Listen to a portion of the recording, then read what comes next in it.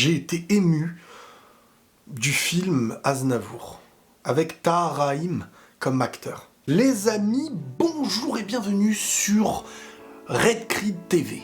Alors, aujourd'hui, je vais faire une vidéo dont je suis pas réellement habitué. Je l'avais déjà fait par le passé, si vous vous rappelez, à l'époque où la chaîne s'appelait Réaction Gaming, sur le film Joker, que j'avais vu, qui m'avait vraiment touché. Et j'ai été au cinéma voir le film Aznavour. Et j'en suis sorti avec beaucoup d'émotion. Vraiment, le moment où le film a été fini, déjà la salle s'est mise à applaudir, et tu sens que, purée, tu te manges une claque et une leçon de vie. Moi, en tout cas, je l'ai ressenti comme ça. Je suis désolé, cette vidéo, je vais vraiment la faire en mode à chaud, parce que bon, je peux pas analyser le film est au cinéma, donc je peux pas m'arrêter sur des séquences, mais vous dire vraiment mon impression, peut-être que ça vous plaira, peut-être que ça va même lancer sur la chaîne du contenu en plus et tout, qui sait. Mais vraiment, j'estime avoir besoin de vous en parler, parce que même moi, dans ma manière de bosser, ça m'a fait comprendre beaucoup de choses. Alors, oui, forcément, il va y avoir du spoil, hein, mais d'une manière, honnêtement, même si t'as pas vu le film, tu peux regarder une vidéo de ce genre de film qui te spoil, parce que c'est la vie d'Aznavour, globalement, elle va pas te spoiler. C'est l'histoire de la vie d'une personne très connue. Et que tu la connaisses ou pas, globalement, c'est surtout la manière dont on présente les choses dans le film qui sont importantes. C'est pas l'idée de découvrir qu'est-ce qui s'est passé dans sa vie qui est le plus important, c'est comment on le présente et qu'est-ce que t'en tires, qu'est-ce que ça dégage. Mais parce que l'acteur est un génie. Déjà, c'est la chose que je ressens. Parce que pour jouer une forme de génie, il faut être un génie. Et j'ai beaucoup d'éléments clés qui m'ont marqué dans ce film. Encore une fois, comme je vous dis, je suis désolé si je pourrais pas tout énumérer de manière carrée, parce qu'on est vraiment sur un ressenti à chaud.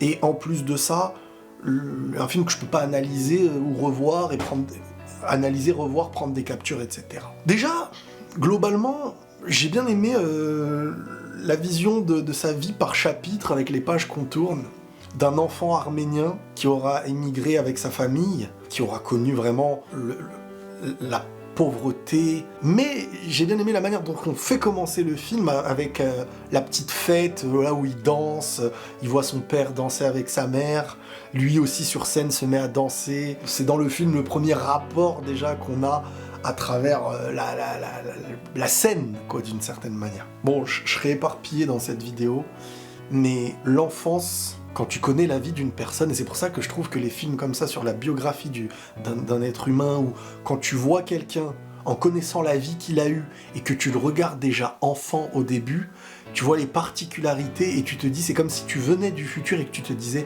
ce que tu es en train de voir à cet instant-là, il aura un impact dans ta vie que tu ignores maintenant. Mais rien n'est un hasard dans la vie d'un enfant. Et ce qu'il voit l'éduque à ce qu'il sera, d'une certaine manière. Et il est là, il regarde ses parents, dans la difficulté, son père qui charbonne. Et le petit, très tôt, a du courage. Très tôt, il est prêt pour faire de l'argent. Même au début du film, on lui dit, est-ce que t'es prêt à jouer ce rôle-là, dans un petit truc, petite scène et tout. Et là, on a vraiment le rapport où on ouvre le rideau et on le voit devant la scène, prêt à... C'est là, je pense, où il savait, où il a compris. On a tous ces trucs-là dans notre enfance, où des fois on se retrouve face à quelque chose et dans le futur on se dit, ce jour-là, j'ai vu cette porte s'ouvrir. C'est cette porte qui... J'ai presque vu mon avenir, mais sans savoir que c'était mon avenir. J'ai tiré beaucoup de leçons du personnage. Au passage, je n'ai jamais été spécialement un grand fan, hein, Aznavour et tout. Je connaissais la grande personne qu'il était... dans son nom, quoi. Certaines de ses musiques connues, mais j'ai jamais été... Je connaissais pas sa vie, quoi, globalement. Je connaissais pas sa vie. J'ai envie de revenir sur l'un des aspects qui l'a fait être connu, Aznavour et Pierre Roche. Déjà, la relation, elle est présentée d'une manière hyper intéressante. Pierre Roche, de base, c'était lui, sur scène, qui faisait du piano et qui chantait. Et en fait, la leçon que j'ai de comment Aznavour a réussi à être sur scène, à être celui qu'il était ensuite dans l'histoire, c'est dans la leçon des opportunités de notre vie. Il manquait quelqu'un et il a levé la main. Quelque chose est apparu devant lui et il a saisi l'opportunité. Une opportunité, c'est quelque chose qui est très difficile. Je veux dire, Demain, là, tu travailles dans un environnement et il manque quelqu'un sur scène, le courage qu'il faut pour dire « Ouais, moi je vais y aller ».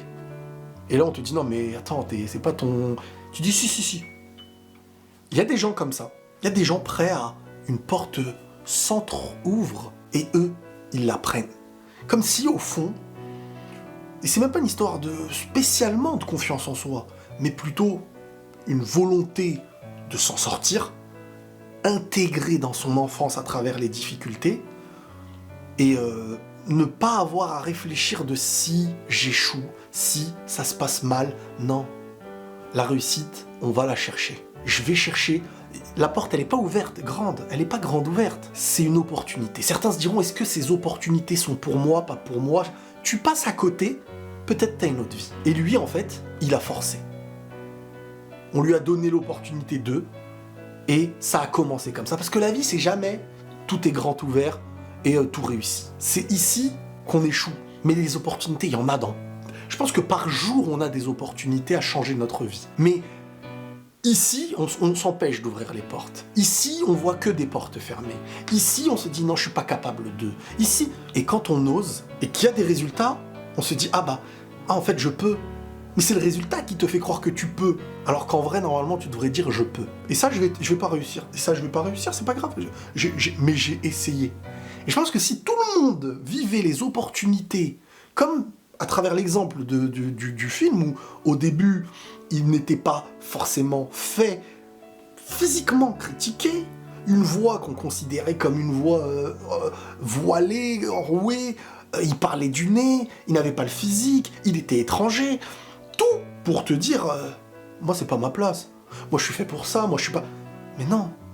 Et en fait, la richesse de cet enseignement, même dans le film globalement, c'est pour aussi nous faire comprendre que, une vie, qu'est-ce que c'est grand? Qu'est-ce qu'une vie? Il peut se passer mais tellement de choses dans une vie. Et là, on parle que de la première, ou pas que la première, mais de l'opportunité qu'il saisit. Dans notre vie, est-ce qu'on saisit des opportunités qui s'ouvrent à nous? On peut tous faire le parallèle. On peut ne pas aimer la musique. On peut même détester la musique. Mais les leçons du film, de la vie des gens, parce que là, en vrai, c'est même pas qu'un film, c'est la vie des gens. C'est-à-dire qu'on voit cette vie des gens, la vie d'Aznavour comme un film, tout comme on peut voir la vie quotidienne autour de nous comme un film. Et là, tu te dis, purée, regarde. Et il y a ceux, parce que c'est marrant, parce que en rentrant chez moi, le soir, après le film, je tombe sur TikTok de messages de certaines personnes qui disent telle personne a fait ça, mais t'as vu, en vrai, quand t'as de l'argent, tu fais ce que tu veux. La mentalité du faible. Quand t'as de l'argent, tu fais ce que tu veux, t'as vu, en vrai, quand t'as... Se trouver des excuses de pourquoi l'autre réussit et pas moi. De pourquoi, en gros, c'est parce qu'il avait ça que moi je n'ai pas, que lui réussit et pas moi. Alors qu'en vrai, si tu regardes la vie des gens comme un film, tu peux regarder ta vie comme un film et être un acteur de ta vie et te rappeler de ta responsabilité, de voir les portes qui s'entr'ouvrent. Est-ce que j'y vais? Non, ok. Demain il y en a une autre, est-ce que j'y vais? Non. Peut-être j'ai gâché 5 vies dans ma vie. Peut-être j'aurais pu avoir 5 vies que j'ai mis une croix volontairement. Et je regarde les autres en me disant, mais eux, ils ont de la chance. Eux, ils ont eu ça que j'ai pas. Eux, ils ont eu ça que j'ai pas. Eux, ils ont eu ça que j'ai pas. Mais comment t'expliques qu'il y a le film de la vie des gens que tu vas voir quotidiennement, des gens parfois qui viennent de plus bas que toi, qui n'ont pas les mêmes chances que toi, et qui ont réussi à ouvrir des portes que toi, t'as soit pas regardé, soit pas eu le courage d'ouvrir. Et je parle même pour moi quand je dis ça. Donc déjà, Aznavour, dans le film, la manière dont il rentre en scène par le courage, par cette vision de la porte qui s'entrouvre et il s'est intégré dedans et qui derrière, il force presque le succès. Il a forcé d'une certaine manière ses premiers succès. Parce que ses premiers succès ne sont pas la bonne réaction du public en soi. Le premier succès, c'est d'avoir réussi à ouvrir la première porte qui n'était pas une porte à toi au départ. Mais t'as saisi l'opportunité. Ensuite, avec donc cet homme Pierre Roche, j'ai beaucoup aimé aussi les premières rencontres, le courage dans lequel il se confrontait à l'inconnu, se confrontait à une discussion professionnelle. Ça, c'est des choses dans notre vie, on en a peur parfois. Première fois que je vais à un entretien, première fois que je vais là-bas. Tu montres une forme de... Tu te forges au-delà de l'ego, d'être celui qui pense qu'il est meilleur que les autres, celui qui sait qu'il est capable. Et aussi trouver son élément. Dans quel domaine je suis capable? Et là, t'as Aznavour, Charles, qui, même quand il est essayé avec Pierre Roche, qui à certains moments même, il manque, regardez, deuxième porte qui s'ouvre. Là, il a réussi à être d'abord sur scène, avec la première porte, en réussissant à gratter la scène qui ne lui était pas destinée, et ensuite, il réussit à entrouvrir une deuxième porte qui ne lui était pas destinée. Sur l'écriture, quand les personnes qui sont censées t'écrire tes chansons avaient destiné tes chansons à des gens meilleurs. Ça aussi c'est intéressant. Tu te dis, ok, tu destines à des gens meilleurs. Donc là, en fait, cette séquence nous montre que toi, t'es encore en bas de l'échelle, et si tu ne fais pas ce travail pour toi, les gens ne le feront pas pour toi. Du moins, ce qui aura le plus de valeur à donner, ils le donneront à ceux qui, à leurs yeux, ont plus de valeur. Et c'était pas toi, à ce moment-là. Et il faut l'accepter dans la vie. Donc lui, qu'est-ce qu'il fait? Il dit, attends, on va écrire. Je vais écrire quelque chose. Et voilà. Et c'est là le génie qui sort en lui. C'est qu'il se rend compte très rapidement qu'il arrive à écrire très rapidement. Et que pour lui, ça n'a même pas l'air dur. C'est ça, être un génie.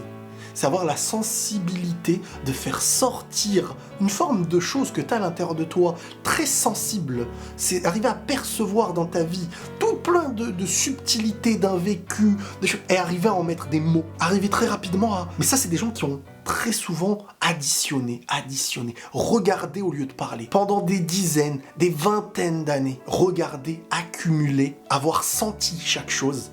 Et le jour où tu les fais sortir, tu les sors d'une manière qui ont l'air à tes yeux simple. Et extérieurement, les gens voient ça comme inspiré, du génie. Et lui, quand il te dit, en fait, moi j'écris ça, et tu comprends ce que les gens pourraient aimer en écrivant des choses que des gens pourraient chercher, mais que pour toi, ça devient inné. C'est quelque chose que tu ne maîtrises pas, mais qu'à la fois, tu te découvres. Et là, il montre qu'il est capable maintenant d'écrire aussi. Donc on est passé d'une personne qui aurait pu ne jamais ouvrir une porte qui n'était pas pour lui, à une personne qui se retrouve sur scène, à une scène qui n'était pas faite pour lui dans un moment où il n'était pas censé être là, d'un physique, d'une attitude, de plein de choses qui n'étaient pas la représentation de ce qu'on voulait sur scène, avec une personne avec qui il n'était pas censé avoir une carrière à ce moment-là, mais le courage d'ouvrir cette porte, encore une fois, un gars qui n'est pas censé écrire. Parfois, on veut aller dans les codes des autres. Ah mais moi je suis pas ça, moi. Moi je suis pas écrivain. Moi je suis pas ça. Moi je peux pas être là. Mais tu sais pas des fois si tu peux pas. Tu peux pas savoir. Et ce n'est même pas, encore une fois, sous le principe des autres qui te diront c'est bon, on te valide. Mais sur le principe d'expérimenter. Et on n'expérimente pas assez dans notre vie parce qu'on nous dit que dans l'école c'est comme ça, et le chemin c'est ça. Mais il y a des portes que les génies ouvrent, que la majorité ne tente pas d'ouvrir parce qu'il n'y a pas leur nom sur cette porte-là. Et maintenant, le gars se donne les moyens du savoir qu'il a constaté d'avoir. Il a un nouveau savoir et les gens aiment ce qu'il fait. Sauf que petit à petit, les sommes qu'il reçoit au début...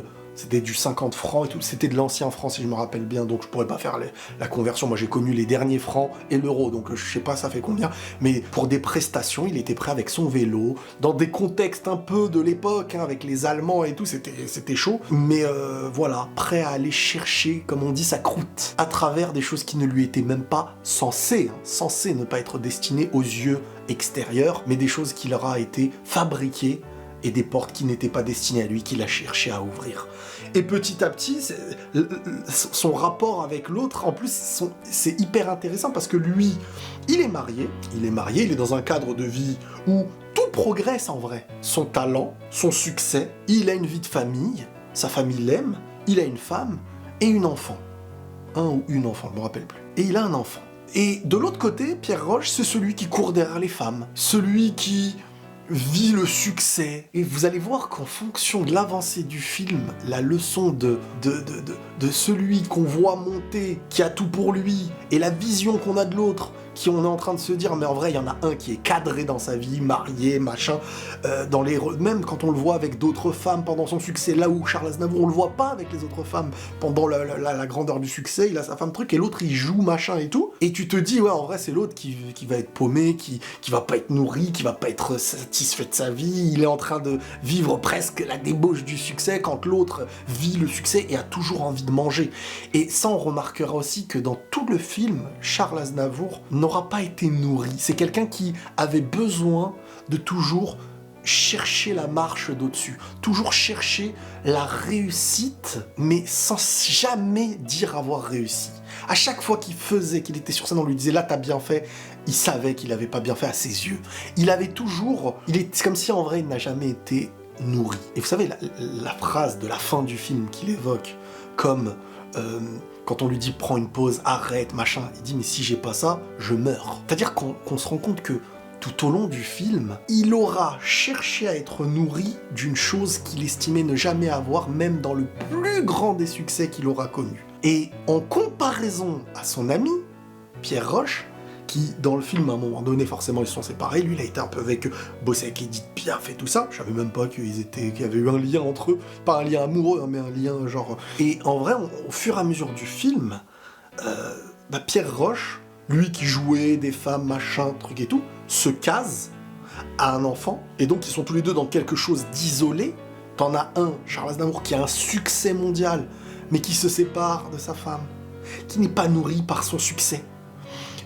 Qui a des enfants un peu à gauche à droite, qui perd son enfant, qui n'a pas une relation, il n'a pas été nourri de ses relations, il n'a jamais été bien avec ses femmes, tout comme en fait, c'est comme si il ne pouvait pas sortir en lui, et il n'y avait que à travers sa carrière, sa scène où il vivait. Mais vivre de la scène, c'est vivre un instant qui soit te fait oublier ce qui te manque, et peut-être que cette recherche de succès était toujours la recherche de sentiments de ce qui lui manquait. Et au final, c'est quelque chose qu'il n'a jamais réellement trouvé. Et les retrouvailles dans le film entre Pierre Roche, qui n'était plus du tout dans le succès, et Charles Aznavour, qui, ça y est, était connu mondialement, cette rencontre, quand ils se revoient, si vous avez vu le film, elle est extraordinaire. On a Pierre Roche qui, comme je vous ai dit, par le passé, on l'imaginait comme celui qui n'est jamais casé, Et en fait, avant même la séparation de leur groupe, si vous vous rappelez, t'avais l'un qui était ambitieux,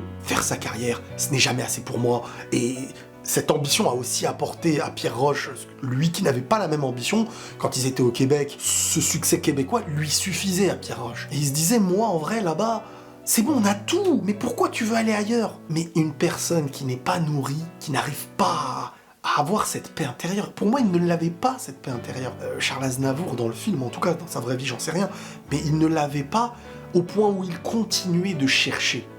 Il cherchait. Et ce qui le nourrissait, c'était presque de n'avoir jamais trouvé la fin de... C'est la recherche qui lui disait, il y a encore plein de choses. Jusqu'à dans sa vie, quand il en arrive au bout et il se dit, hier encore, j'avais 20 ans, avec la chanson et tout, où tu remarques qu'en vrai, j'ai passé ma vie à chercher cette nourriture, qui en fin de compte, cette nourriture, elle était dans le fait de ne pas l'avoir trouvée. C'est le chemin qui est le trésor de cette histoire.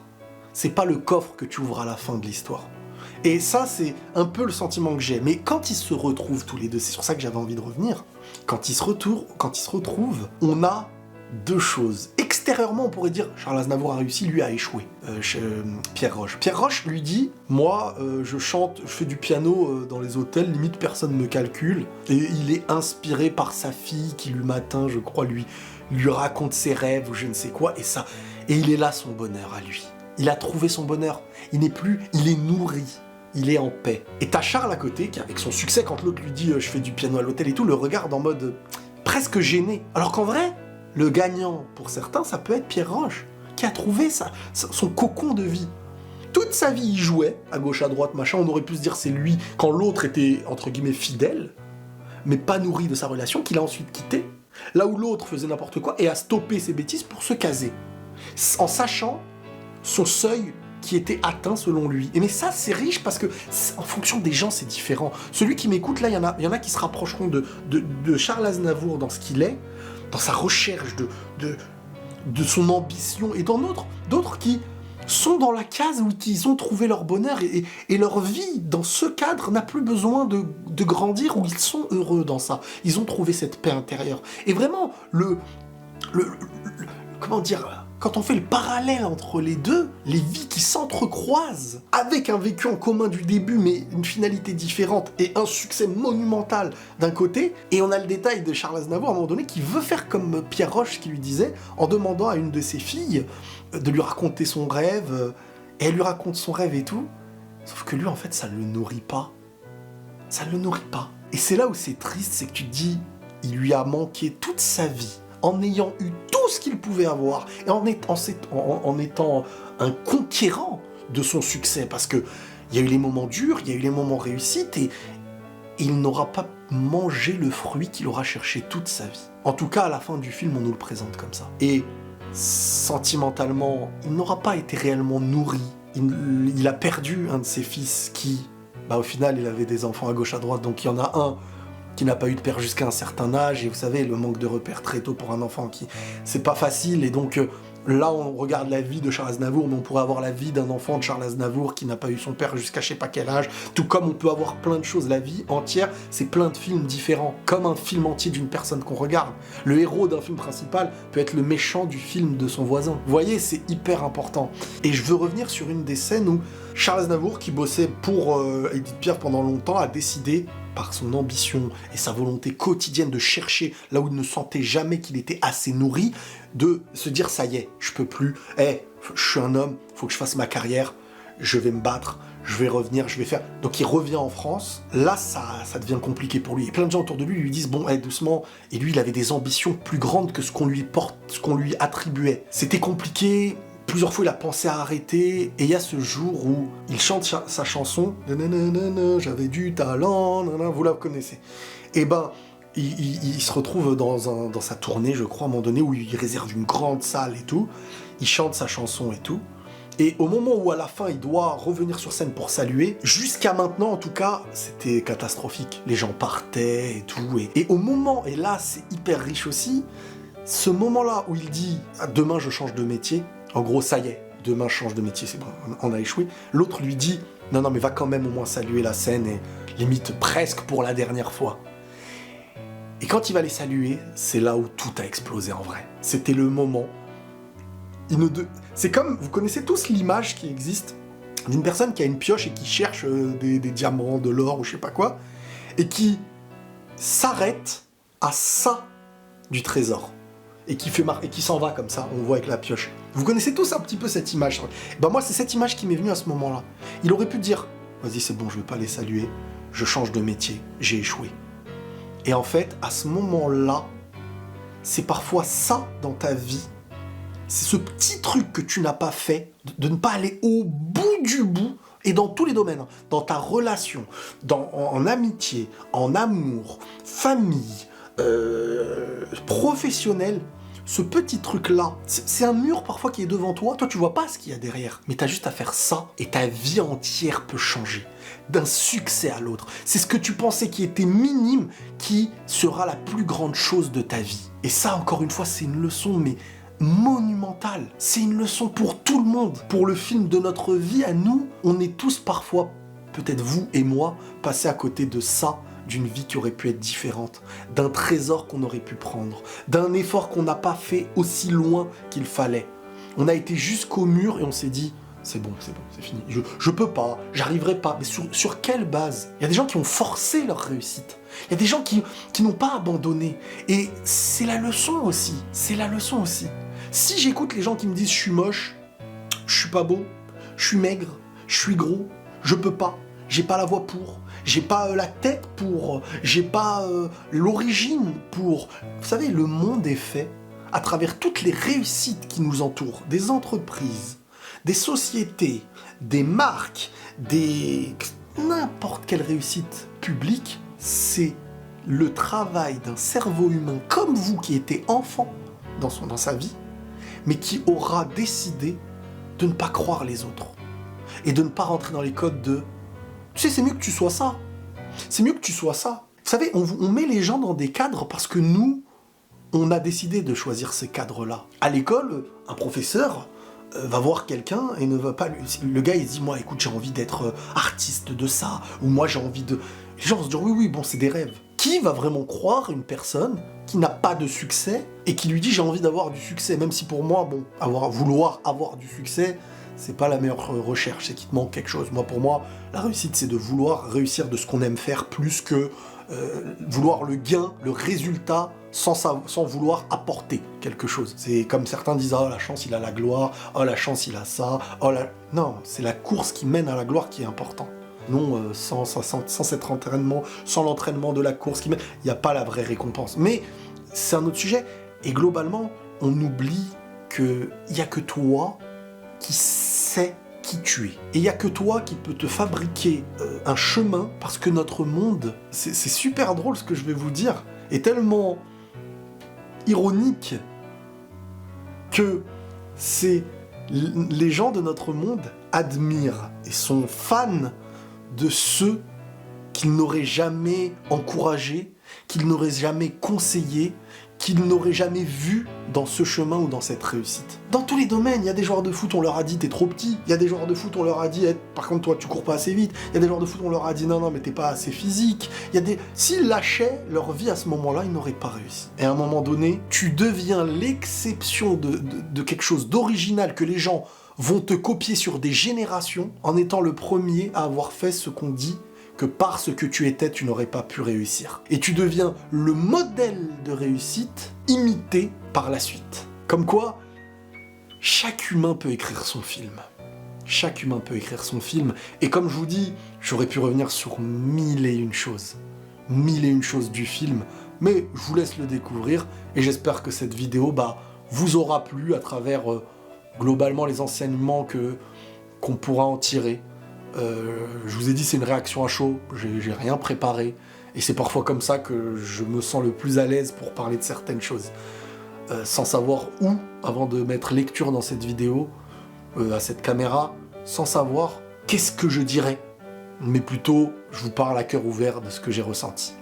Donc j'espère que j'espère que cette vidéo, ce film lapsus, que cette vidéo vous aura nourri. Au-delà de parler que d'un film, les vécus, les gens ne doivent pas être des modèles pour nous, ou être fans aveuglément. Mais chaque film, parce qu'il y a des gens, je les vois venir là. Oh, il laisse la musique, mais il laisse machin, on s'en fout, c'est pas le sujet. Qu'est-ce que tu tires? Quelle est l'essence, l'huile de chaque chose? La vie d'une personne, c'est un film.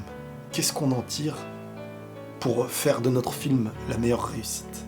Prenez tous soin de vous les amis, et la paix sur vous.